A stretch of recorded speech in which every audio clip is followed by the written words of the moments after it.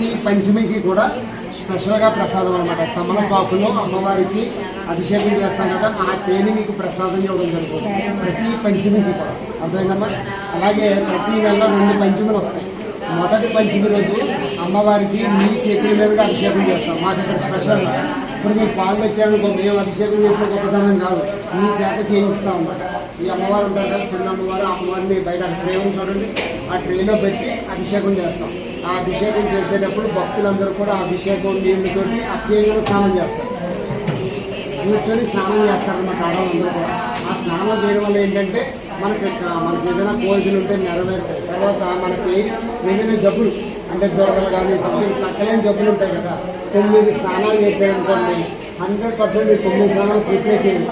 2-3 స్నానాలు చేసినప్పటికీ నేను అలాగే పిల్లలు లేరనుకున్న వాళ్ళు స్నానం చేయొచ్చు, పెళ్లి కాలేదనుకున్న వాళ్ళు స్నానం చేయొచ్చు, మనకి జాబ్లో ప్రమోషన్ కావాలనుకున్న వాళ్ళు స్నానం చేయొచ్చు. అన్ని సమస్యలకి ఒకటే పరిష్కారం.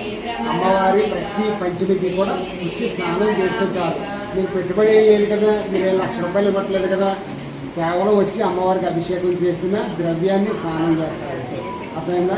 అలాగే ఏ కోరిక అంటే ఆ కోరిక నెరవేరుతుంది. తర్వాత వారాహి అమ్మవారిని ఎప్పుడూ కూడా సంధ్య వేళల్లోనే చూడాలి. మీరు పగలు చూస్తే మీకు ఎటువంటి ప్రయోజనం ఉండదు. అర్థమైందమ్మా? సాయంత్రం 6 దాటిన తర్వాత రాత్రి 12 గంటల లోపల మీరు ఎప్పుడు అమ్మవారిని ఏం అడిగితే అది 5 నిమిషాల్లో మీకు ఇచ్చేస్తుంది. అర్థమవుతుందా? రాత్రి సమయంలోనే చూడాలి. అర్థమైందా? మీరు పగలు ఎప్పుడు చూసినా దానివల్ల ప్రయోజనం ఏమీ ఉండదు. అలాగే నెక్స్ట్ ఏంటంటే ప్రతిరోజు కూడా 8 గంటలకు మీరు పడుకునేటప్పుడు శ్రీమాత్రే నమః, ఐశ్వర్య వారాహి దేవి నమః, వారాహి మీకు ఏ మంత్రం వస్తుంది, నేను ఐశ్వర్యాన్ని నేనే పెట్టాలని అదేం లేదు.